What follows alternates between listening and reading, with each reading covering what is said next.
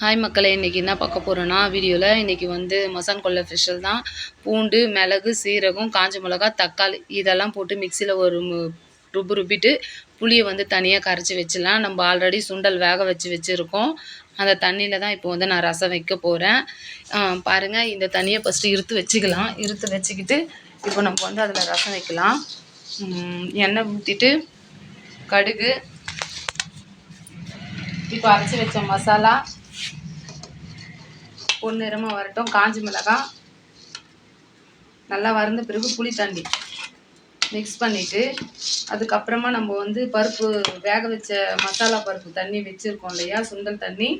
அந்த தண்ணியை இப்போ நம்ம பார்த்துட்டு மிக்ஸ் பண்ணிடலாம். அதோடு சேர்த்து புளி தண்ணி கரைச்சி ஊற்றணும் இல்லையா, தாளிப்பில் அதில் ஊற்றிடலாம். ஊற்றிட்டு உடனே கொதி வராதுக்கு முன்னே உப்பு, கொஞ்சமாக மஞ்சத்தூள், பெருங்காயம் போட்டு நல்லா மிக்ஸ் பண்ணிவிட்டு லாஸ்ட்டாக கொத்தமல்லி, கருவேப்பிலை போட்டுட்டு நம்ம கொதி வரும்போது நம்ம ஸ்டாப் பண்ணிடலாம். பாருங்கள், போட்டாச்சு.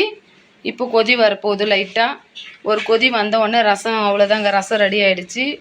ஓகே, பாய் நண்பர்களே. பிடிச்சிருந்தா லைக் பண்ணுங்கள், ஷேர் பண்ணுங்கள். ஃபுட்டு எவ்வளோ வேணால் சாப்பிடுங்க, என்ன வேணால் சாப்பிடுங்க. தயவுசெய்து வேஸ்ட் மட்டும்